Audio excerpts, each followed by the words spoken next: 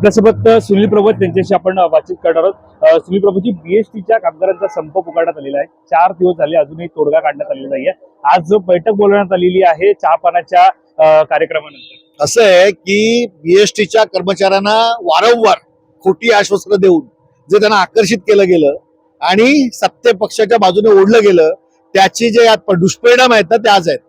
आज कर्मचारी भडकलेले आहेत। त्यांच्या कामगाराचा जो करार असतो त्या करारावरती मागील 8-9 वर्ष त्या ठिकाणी स्वाक्षऱ्या झालेल्या नाही आहेत आणि त्यामुळे कर्मचाऱ्यांचं भवितव्य काय आहे म्हणून ते न्यायाने त्या ठिकाणी लढतायत। लोकशाहीत त्याला तो अधिकार आहे आणि तो मांडण्याचा प्रयत्न करतायत। बीएसटी याआधी तुमच्या नेतृत्वाखाली सुद्धा होती आणि त्या नेतृत्वाखाली जेव्हा होती तेव्हा आम्ही वारंवार करार केलेले आहेत आणि बीएसटीच्या लोकांना जे देणं शक्य होतं तो देण्याचा प्रयत्न केलेला आहे। एक प्रश्न असा देखील आहे की सध्या पाहायला गेलं तर एकंदरीत राजकारणामध्ये सध्या शिवसेनेला सातत्यानं बंडाला सामोरं जावं लागतंय। नेमकं कारण काय सांगायला सगळे बंडोबा थंड होतील।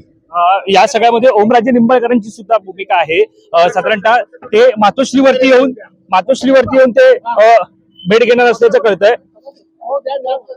आपण पाहतो या ठिकाणी सुनील प्रभू आहेत, त्यांच्याशी आपण बातचीत करण्याचा प्रयत्न करत होतो आणि साधारणतः पाहतो की बीएसटीची भूमिका असेल, त्यानंतर शिवसेनेतील पक्षाची भूमिका असेल, या सगळ्यावरती त्यांनी साधारणतः आपल्याशी बातचीत केलेली आहे। मात्र महत्वाचं आहे ते म्हणजे सध्या उद्यापासून राज्य विधिमंडळाचं पावसाळी अधिवेशन सुरू होतंय आणि या अधिवेशनामध्ये अनेक मुद्दे चर्चेला येतात आणि त्याच्यामध्ये सुद्धा मुंबईकरांच्या दृष्टिकोनातून महत्वाचा असलेला बीएसटीच्या बसचा सुद्धा मुद्दा आहे। मात्र यामध्ये सध्या पाहतोय आपण शेतकरी प्रश्न असतील, कर्जमुक्ती असतील, या सगळ्यावरती सध्या विरोधकांची पत्रकार परिषद जी आहे ती पार पडलेली आहे आणि साधारणतः ज्यावेळेला अधिवेशनाच्या पूर्वसंध्येला सरकारचा चहापानाचा कार्यक्रम असतो त्या कार्यक्रमावरती त्यांनी बहिष्कार टाकलेला आहे। दरम्यान आता या सगळ्यावरती सत्ताधाऱ्यांचं काय उत्तर आहे ते सुद्धा पाहणं महत्वाचं ठरणार आहे। कॅमेरा पर्सन अवधेश कोरीसह वैभव पाटील, मुंबई।